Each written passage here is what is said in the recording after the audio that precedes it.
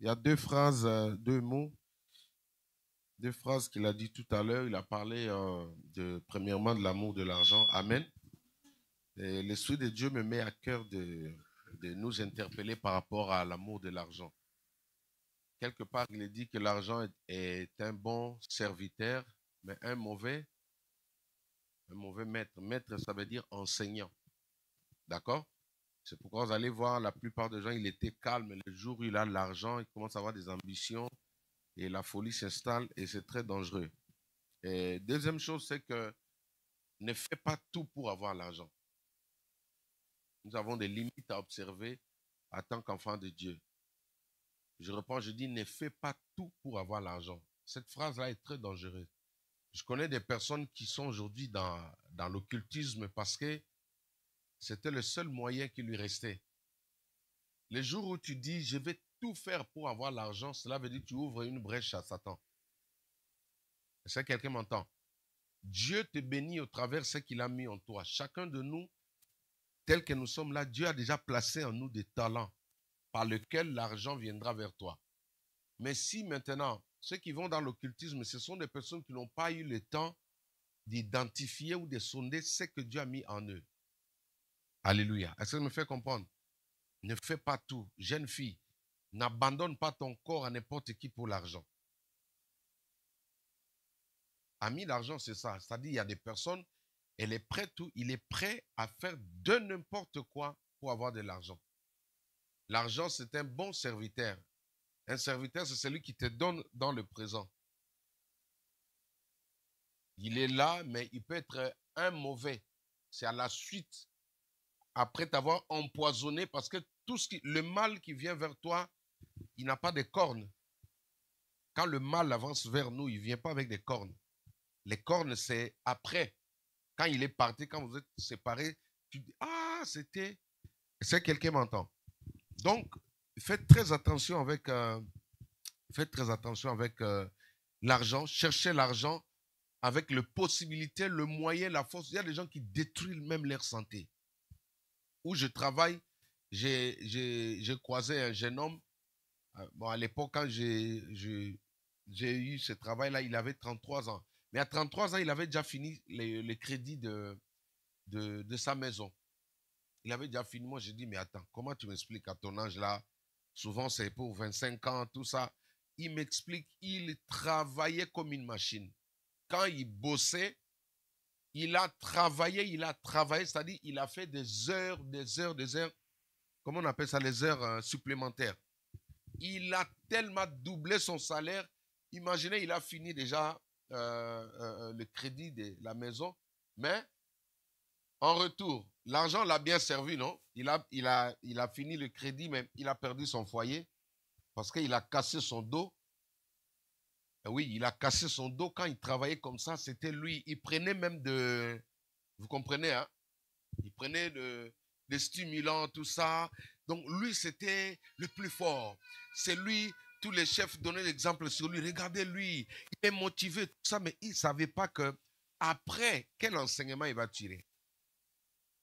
Et les jours où nous nous sommes arrivés, il a vu que nous, on était un peu âgés par rapport à lui. C'est lui qui est venu me dire, tonton, il faut faire très attention, il y a l'argent ici, mais pense d'abord à ta santé. Vous comprenez? La femme a pris les enfants, elle est partie, parce que même la femme n'a pas seulement besoin d'argent, il a besoin de toi aussi. Parce que lui, il aimait tellement l'argent, il a sacrifié son mariage. Beaucoup d'entre nous aujourd'hui, nous sommes, vous voyez ce que l'homme de Dieu a dit. Quand vous suivez la télé, non, il a dit quelque chose qui est bien. Tu as dit, l'école est un bon, nous enseigne, mais voilà, nous oriente et nous désoriente aussi. Merci, que Dieu te bénisse. Vous voyez l'école là, il peut nous orienter, il nous oriente bien, mais il nous désoriente aussi. C'est pourquoi un vrai enfant de Dieu, tout ce qu'on dit à l'école, tu ne prends pas. Il y a certaines choses, ça entre là, tu dois savoir filtrer. Tu dis, ça, c'est pour moi, ça, je ne prends pas. D'accord? Donc, je parlais, il a insisté sur l'amour de l'argent. Pense aussi à ta santé, ta manière de travailler, ta manière de chercher l'argent. On veut bien, on a tous besoin de ça. Mais est-ce que tu penses que tu dois vivre au moins jusqu'à 90 ans? Dieu se servira de toi quand tu seras en bonne santé. Si tu tombes malade, même Dieu te laisse. Il ne faut pas faire la folie. Parce que les patrons, ils regardent ce qui est leur revenu. Mais une fois que tu es malade, il va chercher quelqu'un d'autre. Est-ce qu'on comprend? L'amour de l'argent est très, très, très, très important que tu puisses comprendre.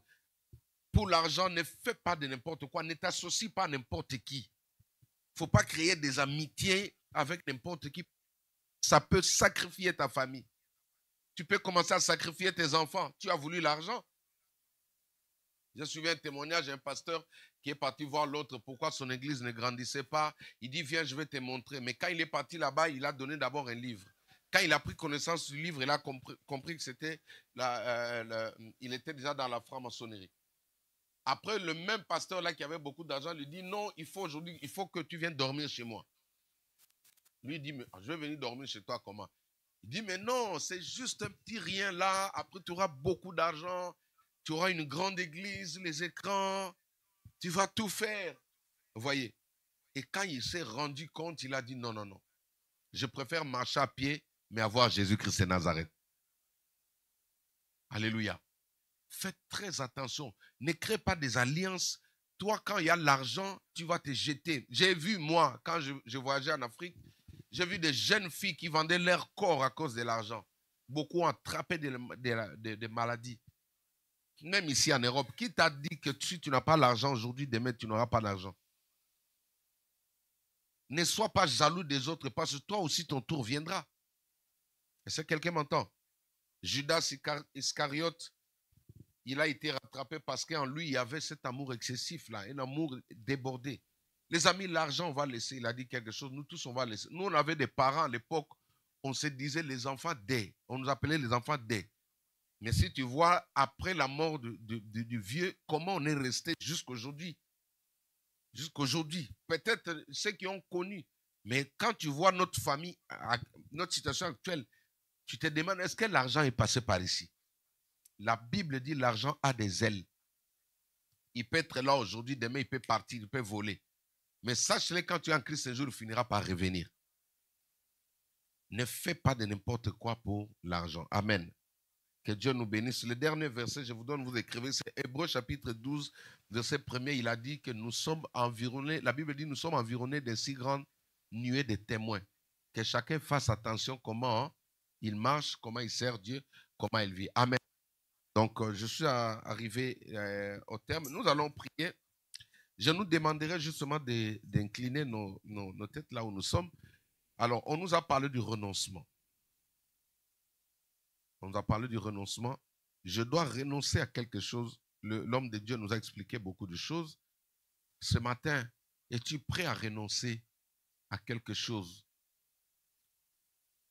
On nous parle de la métanoïa, la transformation. La vraie restauration consiste à abandonner les mal. Il y a quelque chose en toi que tu transportes. Il y a quelque chose que tu amènes avec toi que tu dois abandonner ce matin. Dire, Seigneur, je dois pardonner. Et quand est-ce qu'il faut pardonner? Il a dit, il faut pardonner quand tu sens encore la douleur de la situation. Ça, c'est trop profond. Donc, quand on t'insulte là, c'est le moment qu'il faut pardonner. Étienne a pardonné alors qu'il était lapidé.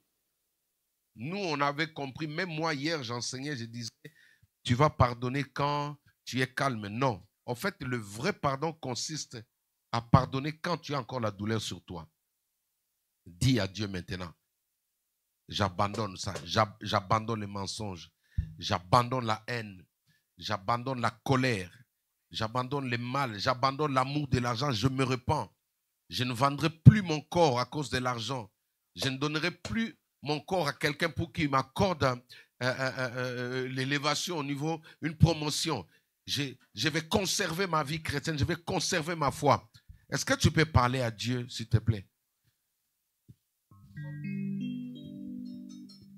Je te donne tout de moi. Je me livre à toi, Seigneur, je te donne tout de moi. Je me livre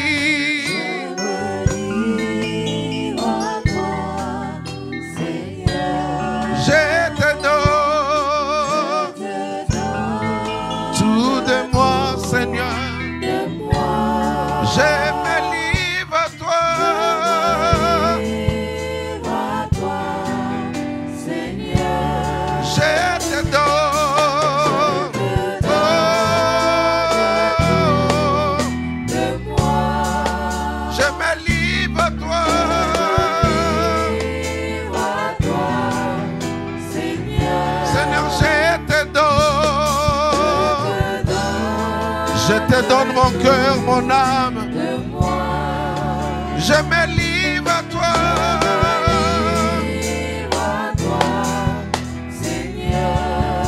Sans rien retenir, sans rien retenir, sans rien retenir, sans rien retenir, oh sans rien retenir, sans rien retenir. Il y a des choses en nous. Il y a des fois tu te dis, même si on m'enseigne celui-là, je ne veux pas abandonner. Il y a des choses, des séquelles au-dedans de nous. Il y a des personnes où tu dis, même si on prophétise sur ça, je ne veux pas la pardonner. Je ne vais plus pardonner cette personne.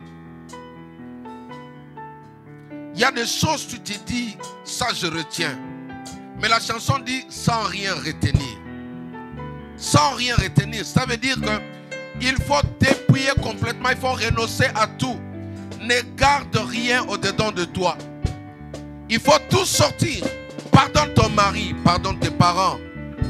Libère la personne que tu gardes. Libère-le qui s'en aille. Donne-lui le temps. En fait, le pardon, c'est pour toi. Je ne garde rien au-dedans de moi, Seigneur.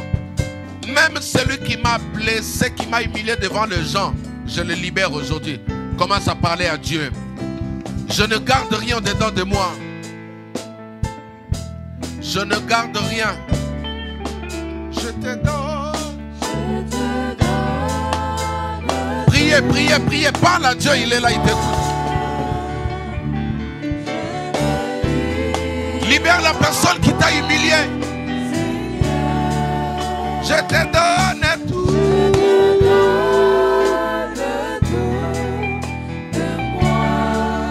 Je me livre à toi.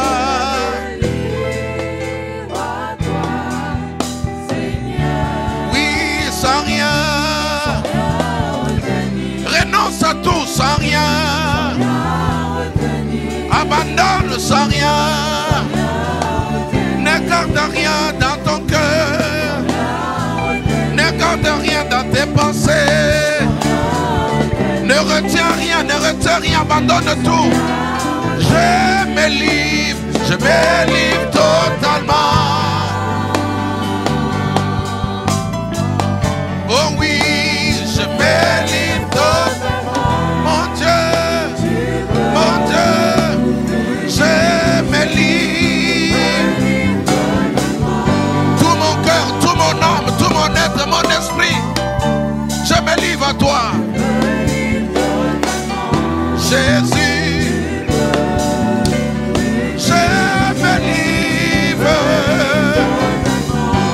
À toi, Seigneur, à toi, mon Dieu.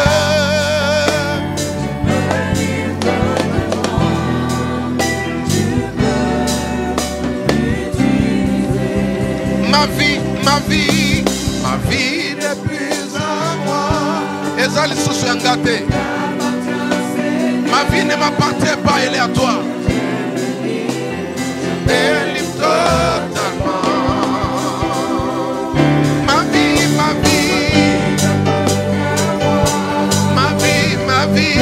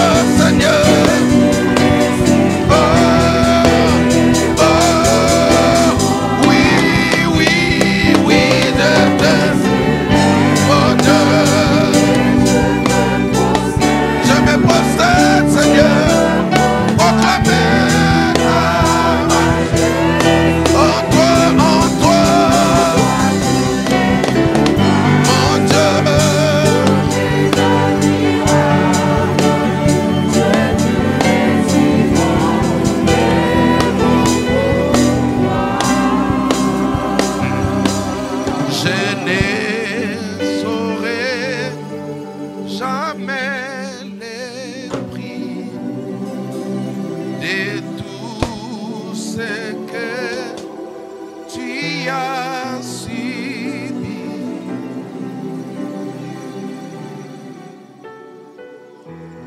Jamais les prix. Chante avec moi. De tout ce que doucement tu as subi. Je ne saurais, je ne peux évaluer de tout ce que tu as subi. Ma vie n'est plus à moi, elle t'appartient, Seigneur. Berger, mes livres.